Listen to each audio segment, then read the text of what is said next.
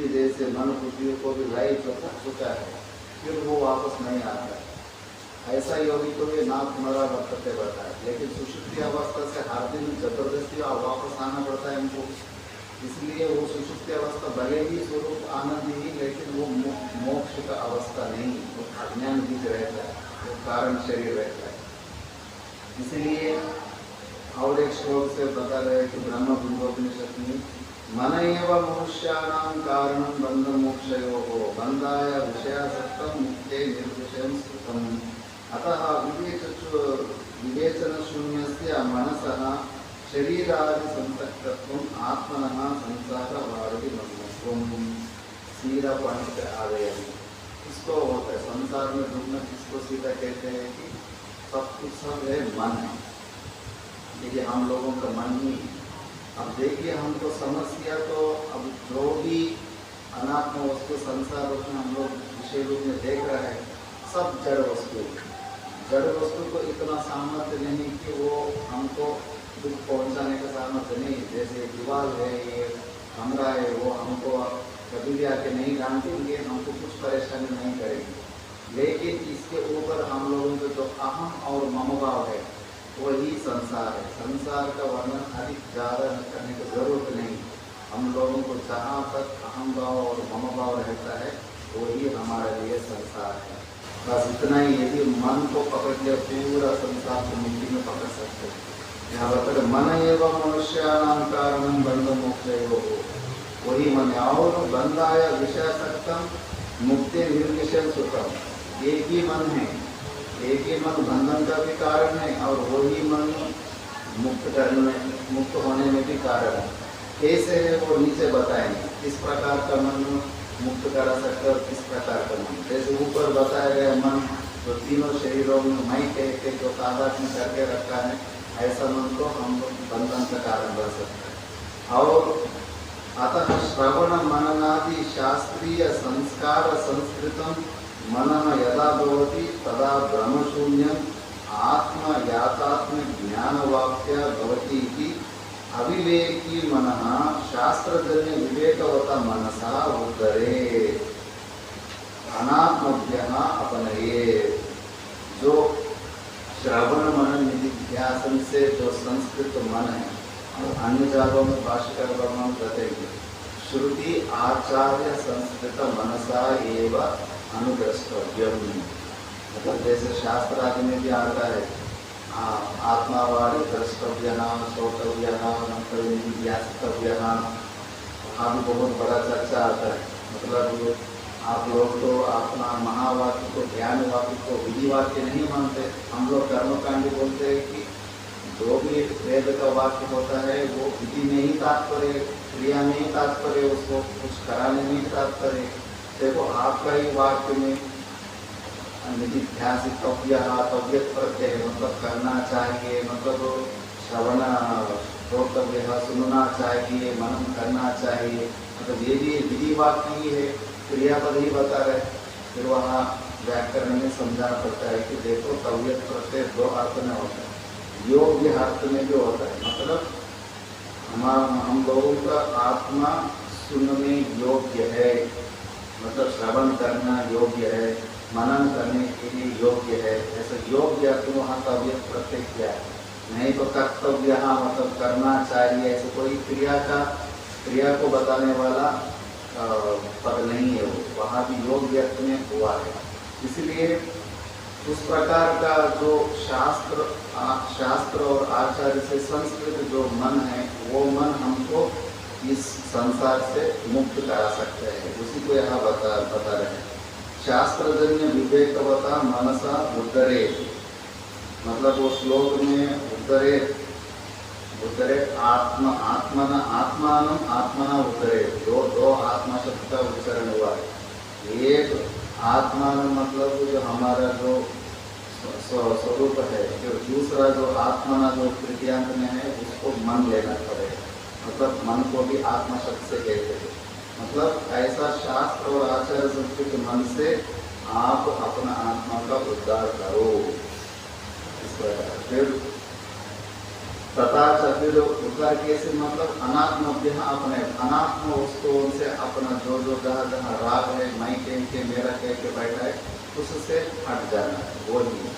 तथा च तस्मिन् परान्मुखत्वात् स्वाभाव्यात् वाक्येषु शरीरादिषु सक्ते वस्तुतः असंगस्य अपि लोहितस्फटिकवत् संसक्तस्य इव भासमानस्य आत्मनः उपादेवे अनात्म संबंधा भावे प्रत्यन्मुखतया आत्ममात्र संस्पत्ते च आत्मा उद्धृता इव भवति इति भावः। तो बता रहे कि वास्तव में भी हम लोगों के शरीर के साथ संबंध जो भी है वो कल्पित है। कल्पित होने की वजह से वो ज्ञान से निकल सकता है। यही बंधन कोई रस्सी से सच्ची में बांध दिया है, फिर आप इतना भी ज्ञान की महावाक्य पढ़ते रहो, गुलजा सिम भी बोलते रहो, वो नहीं खुलेगा। यदि वास्तविक में बंधा हुआ उस समय कुछ ना कुछ क्रिया करना पड़ता है। क्रिया करने से किसी को बुलाना पड़ता है, इसको बोलो भाई, ऐसा बोलना पड़ता है, रस्सी को खोलना पड़ता है। वास्तविक बंधन में है। लेकिन ये वास्तविक बंधन नहीं, हमारा जो कल्पित बंधन है, इसलिए ज्ञान से ये हट सकता है। इसलिए जैसे लोहित स्फटिकवत, जैसे लाल रंग बगल में रखा, उसके सामने एक प्रिज्म, ग्लास का कुछ प्रिज्म रखा है, वो प्रिज्म भी पूरा लाल लाल ही दिख रहे हैं। जो उसमें लाल में जो रंग आया है वो बगल में रखा हुआ, वो जो लाल में जो फूल का था वही स्फटिक में आ गए, प्रिज्म में आ गए। उसी प्रकार से जो अनात्मा के साथ हम जल्दी से मन को ऐसा मारने का संभव है, वो ही विचित्रता है मन के। जैसे हमने शुरुआत कर दी है, जैसे रबर हाथ तो बताए थे, रबर हाथ वो भी शरीर के साथ जुड़ गए, इससे मन मान लेते। उसी प्रकार जो अनात्मा आत्मा का थोड़ा सा प्रतिबिंब इसमें पड़ने के अनात्मा वस्तु को भी ये मैं हूँ ऐसा मानना शुरू कर लेता है।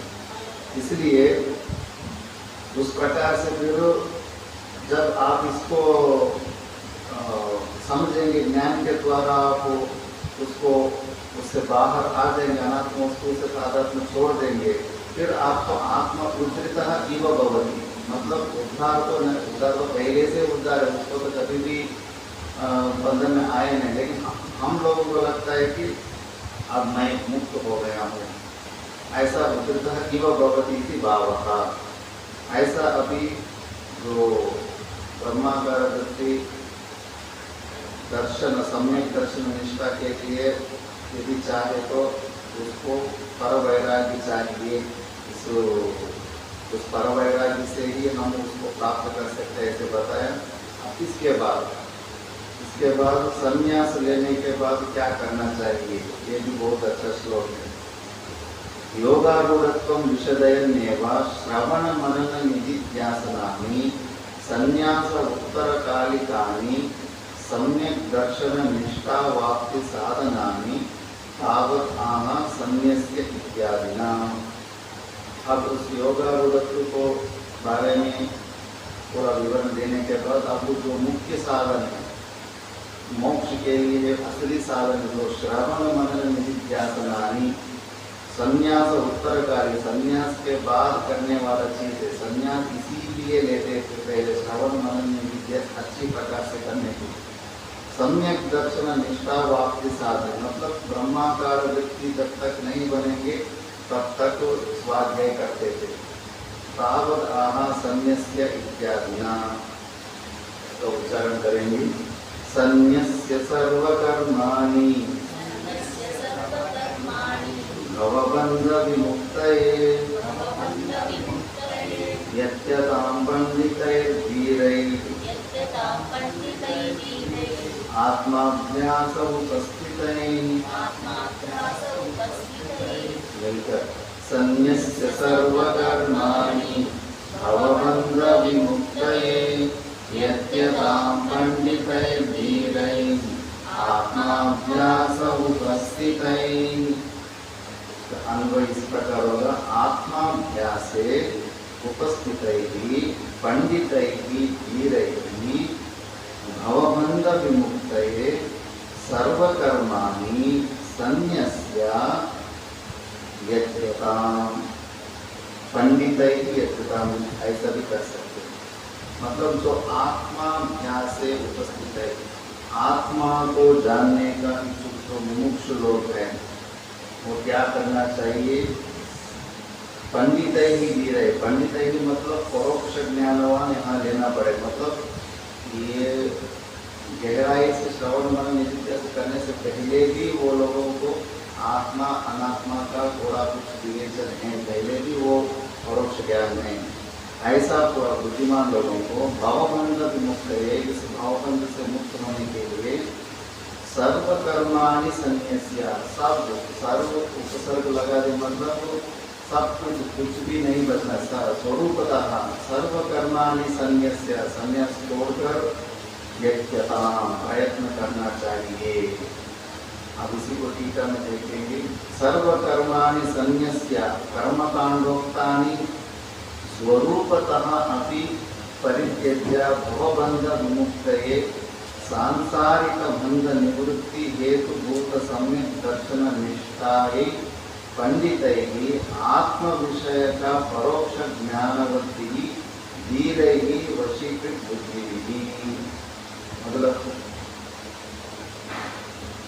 उपस्थित आत्माभ्यास से उपस्थित ही पंडित ही बताया। वो कौन हो सकता है? मतलब सर्वकर्माणि संन्यस्य, सब कुछ कर्म को त्याग करके। क्या कर्म है? कर्मकांड रोकता है। जो अपना अपना वर्णाश्रम धर्म में जो भी विहित थे वही कर्म है। उस वो सब को स्वरूपतः अभी, मतलब थोड़ा सा भी लेश नहीं, थोड़ा सा छोड़ दिया, थोड़ा सा पकड़ लिया, ऐसा आधा आधा सरेंडर आधा काम करने से नहीं चलेगा। ब्राह्मण महर्षि तो और ज़्यादा सूक्ष्म से बताते हैं कि देखो, जो आप लोग बैंक डिपॉजिट ये सब करके जो साधन करना चाहते हैं तो नहीं होता है। आपका जीने का जो चेष्टा है, शरीर को संरक्षण करने का जो भी चेष्टा है, एक प्रकार आप साधन में तादात्म्य छोड़ना चाहते हैं और एक प्रकार से उसको पुष्ट करना चाहते हैं। ये दोनों एक साथ नहीं हो सकता।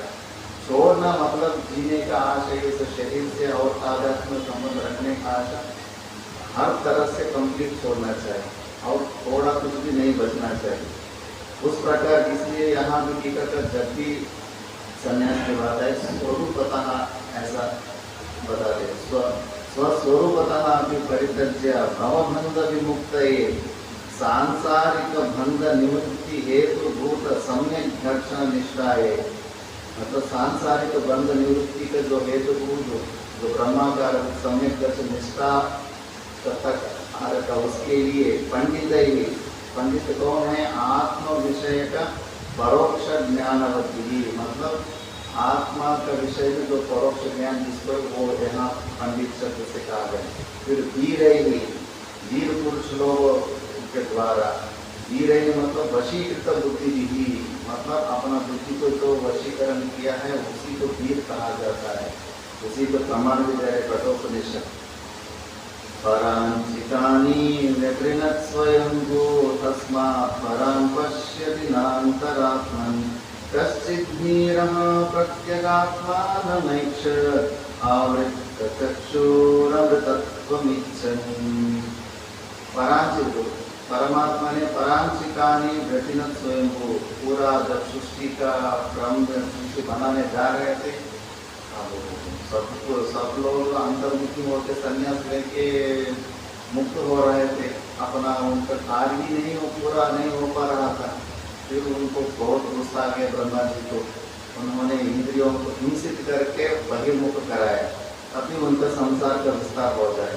और संसार के विस्तार के हम लोग को परेशान करने के लिए नहीं, हम ही लोग पूर्व जन्म में बहुत कुछ पुण्य पाप कर्म करके रखा है और उसको देने के लिए एक बैंक खोलकर सबका अपना अपना अकाउंट हिसाब देने के लिए एक प्लेटफॉर्म तो चाहिए। इसलिए वो सृष्टि बना रहे, हमारे कर्म का सापेक्ष से ही वो ये सब बना रहे। और सृष्टि नहीं बन पा रहे तो अब इंद्रियों को जबरदस्ती हिंसित करके बहिर्मुख बनाना पड़ा। इसलिए वो इंद्रिय तस्मात् परां पश्यति न अंतरात्मन्, इसलिए इंद्रिय अपना अपना विषय में दौड़ते रहते, ऑटोमेटिक मोड में रहता है। हम लोग तो उल्टा तैरना है, अब बहुत कठिन है, इसलिए बहुत संभाल कर रहना पड़ता है।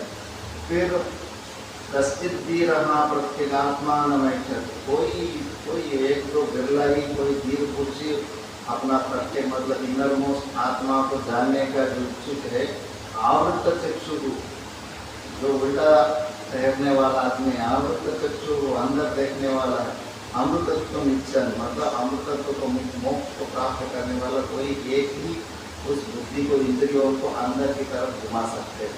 मतलब इसलिए जो भी अपना बुद्धि को वशीकरण किया है वो तो सच्ची में ही धीर पुरुष ही कर सकते हैं, हर व्यक्ति का बस की बात नहीं है। इसलिए इति श्रुते है धीयम राधि इति धीरः, धी को जो वशीकरण करता है उसी को धीर कहा जाता है। प्रधान भूताम कार्यकरण संघात मध्ये बुद्धिम वशयति इत्युक्ते इतर इंद्रिय जय अर्थसिद्ध। बुद्धि को यदि वो वशीकरण कर चुका है, अब बाकी सब इंद्रिय तो उसका तो छोटे छोटे हैं, उनको तो कहना है कि वो भी ऑटोमेटिक वशीकरण में आ जाएंगे। ये तेना शांत्यादि उपेतत्व सूचितम भवति, इससे शमदमादि शक्ति संपत्ति से युक्त वाला ही ये भी सूचित हो जाता है, वो ही समाधान रूप जो ब्रह्माकार वृत्ति से बुद्धि को अंदर घुमा सकते हैं। अतएव आत्माभ्यास से, इसलिए आत्माभ्यास से श्लोक में आत्माभ्यास उपस्थित ही यही करना चाहिए। तत्सिद्धनम तत्कथनम अन्योन्यम तत्प्रबोधनम ये सद्येक परत्रं च ब्रह्माभ्यासम विदुर्बुधाः, यही करना चाहिए। थोड़ा सा भी और भी भाष्कर भगवान के वचन है, आसुप्ते आमृते कालं नये वेदांत चिंतया प्रत्यात्मा अवसरम किंचित मना कपि कामादीनाम। जब तक नींद नहीं आएंगे तब तक मुक्ति नहीं आएंगे, तब तक मतलब हमारा ज्ञान निष्ठा जब तक नहीं बनेगा तब तक हम इस वेदांत का आलंबन नहीं छोड़ना चाहिए। मन को हम दूसरा चीज यदि मौका दे देंगे तो दूसरा तो संसार का चीज जुट जाता है। अभी हम वृंदावन में प्रेमानंद महाराज का एक वीडियो देख रहे थे, वहाँ कोई एक गुरु जी के पास दीक्षा लिया है और 20 साल से जप कर रहे हैं। जप कर रहे हैं तो उनको तो कुछ हुआ ही नहीं, जब तो बहुत कर रहे हैं, अच्छी से नींद से कर रहे हैं, उनको कुछ मिला ही नहीं, कुछ अनुभव को कुछ नहीं मिला। फिर गुरु जी के पास जाकर बोल रहे कि हमको कुछ नहीं मिला।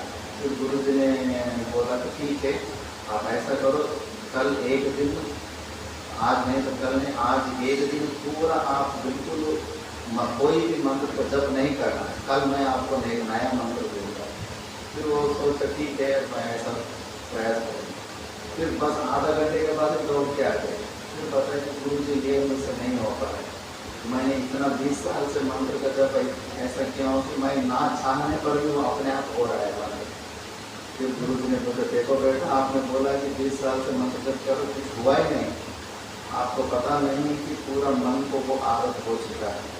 मन को हम जो चीज़ पहले आदत में दे देते हैं फिर मन उसको जबरदस्ती पकड़ लेते हैं। उसी प्रकार हम मन को यदि वेदांत चिंतन में 10 साल 15 साल इतना सामर्थ्य, उसमें हम लोग सत्संग आदि में ज़्यादा मन को अभ्यास करा देंगे, इसके बाद और उस आलम्बन को छोड़ के नहीं रह सकता।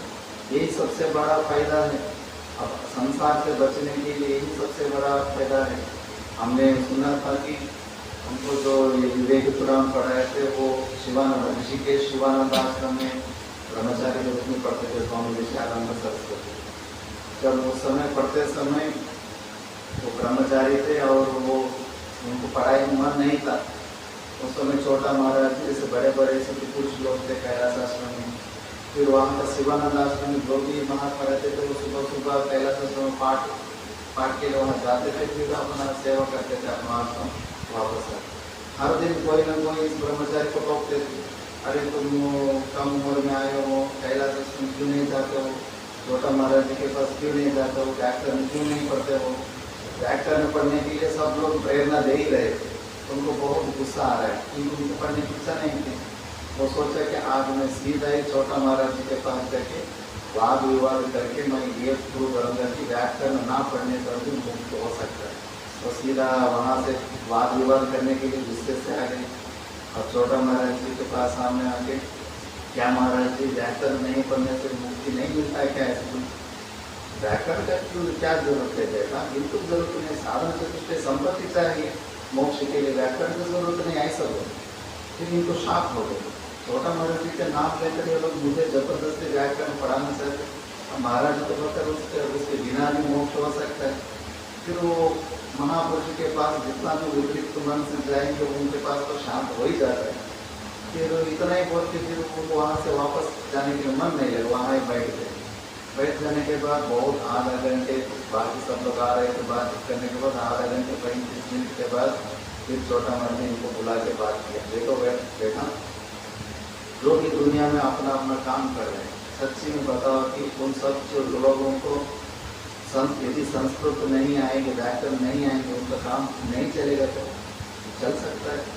सबका काम चलता है। बिना संस्कृत व्याकरण पढ़ने से सबका काम चल ही रहा है, कोई भूखा तो नहीं रह रहा है। फिर सोच लेना कि ये व्याकरण संस्कृत किन लोगों के लिए है मुख्य रूप से? अरे ये है कि हम लोगों के लिए, सब कुछ छोड़ के जो परमात्मा को प्राप्त करने के लिए जो मुख्य उन्हीं के लिए विशेष रूप से बना हुआ है। अब देखो इससे सबसे बड़ा फायदा क्या होगा कि सबसे हम लोगों को तो संसार से मन हटाना चाहिए। उसके लिए कोई भी आलम हो, किसी को यदि जप में मन लग रहा है कि मन इधर उधर ना हो, जब तो कर रहे फिर मन पूरा मनोराज्य कर रहे तो कोई फायदा नहीं। ऐसे किसी को कोई भी कुछ आलम बनो संसार से हटने के लिए कोई है तो ठीक है। बताए महाराज होते कि शास्त्र का विचार ही सबसे बड़ा आलम है। पहले तो संसार से तो मन तो हटा लो,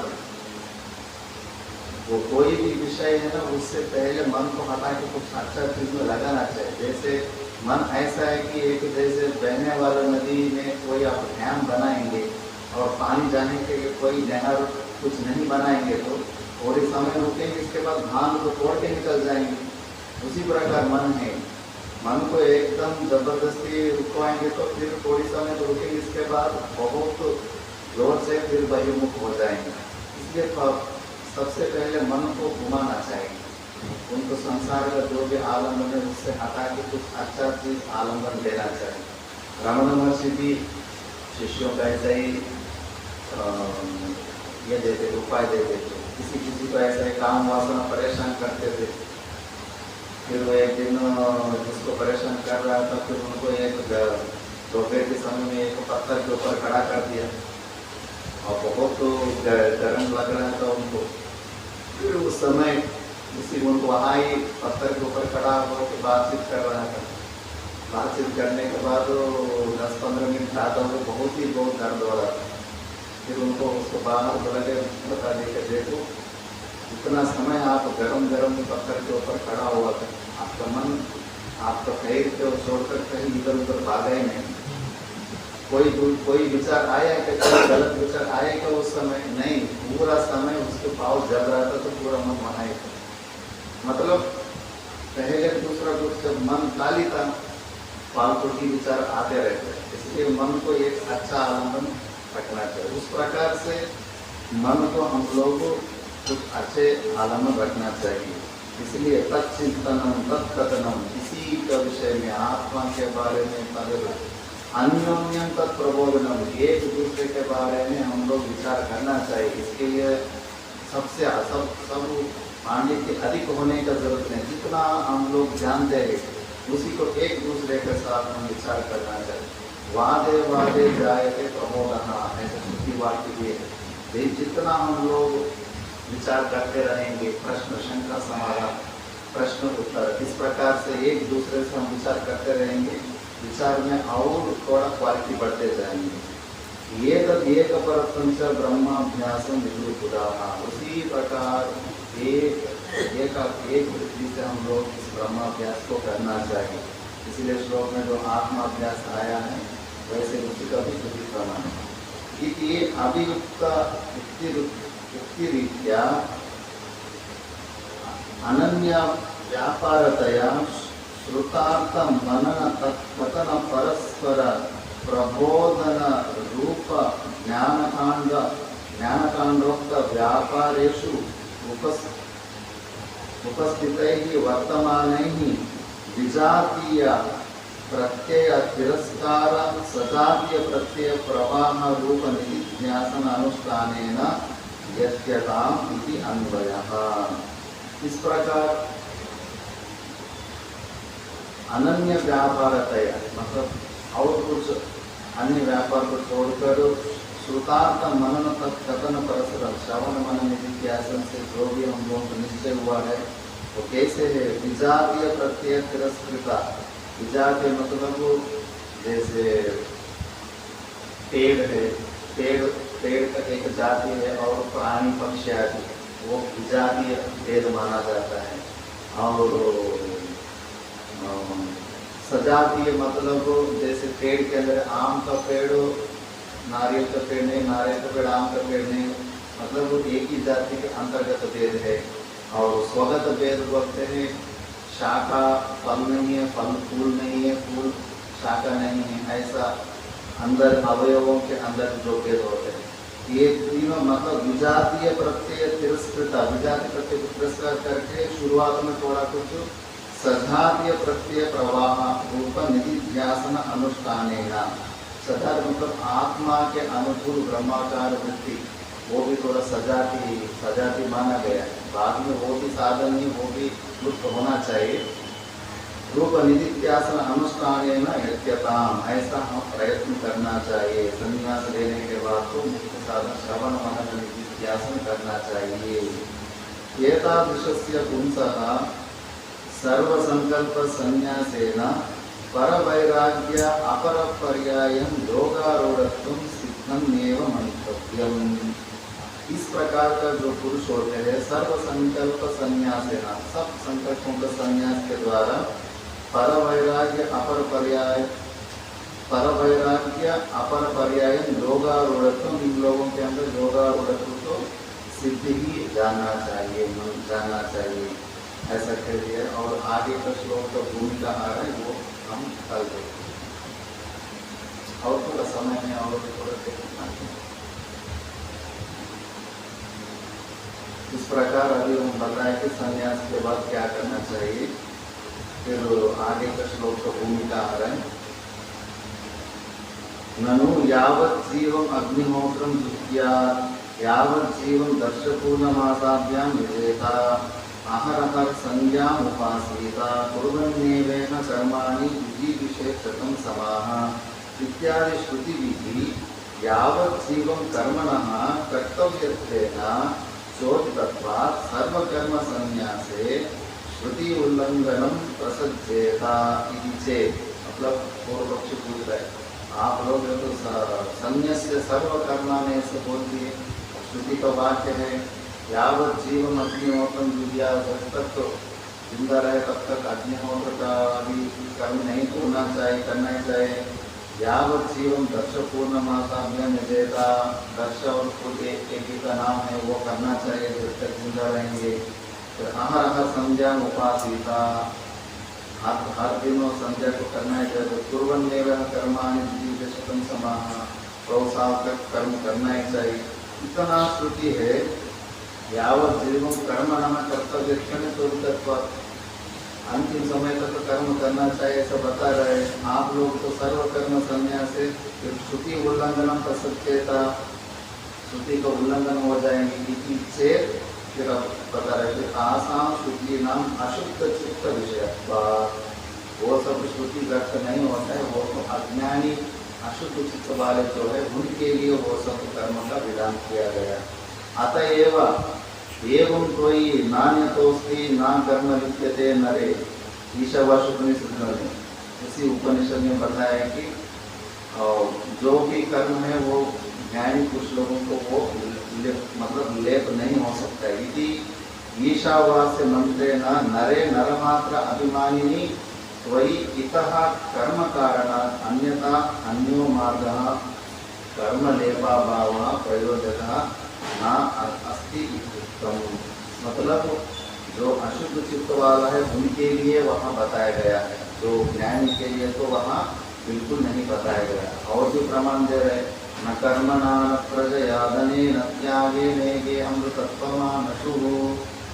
फिर और भी है मतलब परे नना गंगुहाया संन्यासयोगा नितय शुद्ध सत्वाः ते ब्रह्मलोके परान्तकाले परिमुच्यन्ते सर्वे। ऐसा ये कैवल्य उपनिषद में भी है और यह महानारायण उपनिषद में भी है। मतलब कर्म के द्वारा धन के द्वारा हम आत्मा को प्राप्त नहीं कर सकते। त्याग ये नहीं कि हम तत्व मानुष हो, त्याग के द्वारा ही हम उसको प्राप्त कर सकते हैं। फिर संन्यास योगा यतः शुद्ध सत्व, संन्यास योग के द्वारा ही ब्रह्मलोक को प्राप्ति भी संन्यास योगा की बताया गया। और वेदांत विज्ञान सुनिश्चित आता है सब। इसलिए ये भी श्रुति आ रहा है कि जो संन्यास लेता है उनके लिए तो कर्म का विधान नहीं है। और भी कर्म का निंदा भी मुंडकोपनिषद ने किया है। प्लवाही ये थे अदृढ़ यज्ञ रूपा अष्टादशोक्तम अवरम येषु कर्म ये तत्श्रेयो ये अभिनंदन्ति मूढ़ा जरा मृत्युम ते पुनः एवापि यान्ति। मतलब प्लवाही मतलब ये नौका ही अदृढ़ यज्ञ रूप जो याग यज्ञ करते हैं ये अदृढ़ रूप एक नौका है। मतलब अष्टादशोत्तम अवरम देशु, अष्टादश मतलब 16 ऋत्विक लोग रहेंगे, एक यजमान और यजमान का पत्नी, टोटल 18 लोग है। 18 लोगों के द्वारा संपन्न किया जाता है। ये सुकर्म ये तत्श्रेय ये अभिनंदन की, ये ही हमारा बहुत श्रेष्ठ कर्म है। ऐसा अभिमान करके जो ऐसा कर्म करते हैं मूढ़ा जरा मृत्युंते पुनः एव अपि यान्ति। वो लोग मूढ़ लोग है, पुनः एक जन्म मरण के चक्कर में गिरते रहेंगे। मुंडकोपनिषद का प्रमाण है।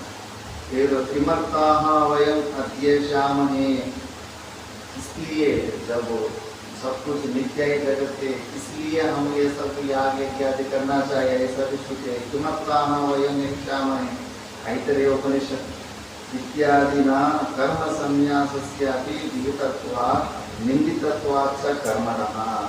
कर्म संन्यास में विधान करके कर्म को निंदा भी किया गया है।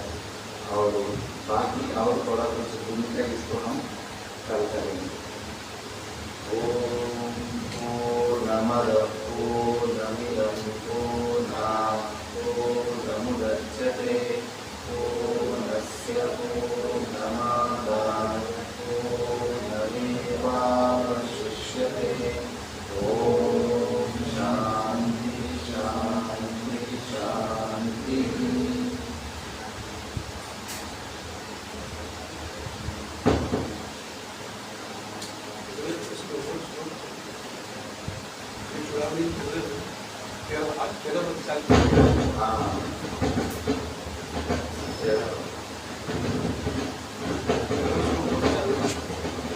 नहीं 10 वर्ष लोग पूरा 10 वर्ष लोग पूरा 10 वर्ष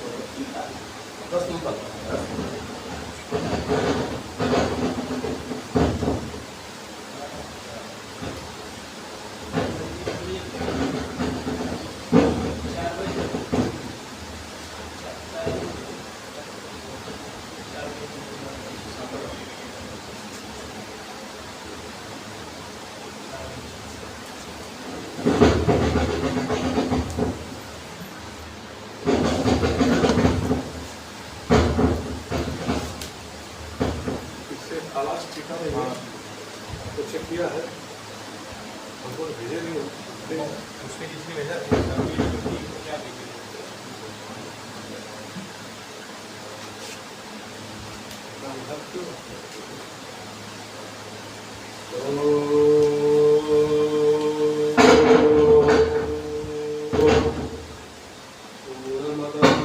पूर्णमिदं पूर्णात् पूर्णमुदच्यते पूर्णस्य पूर्णमादाय पूर्णमेवा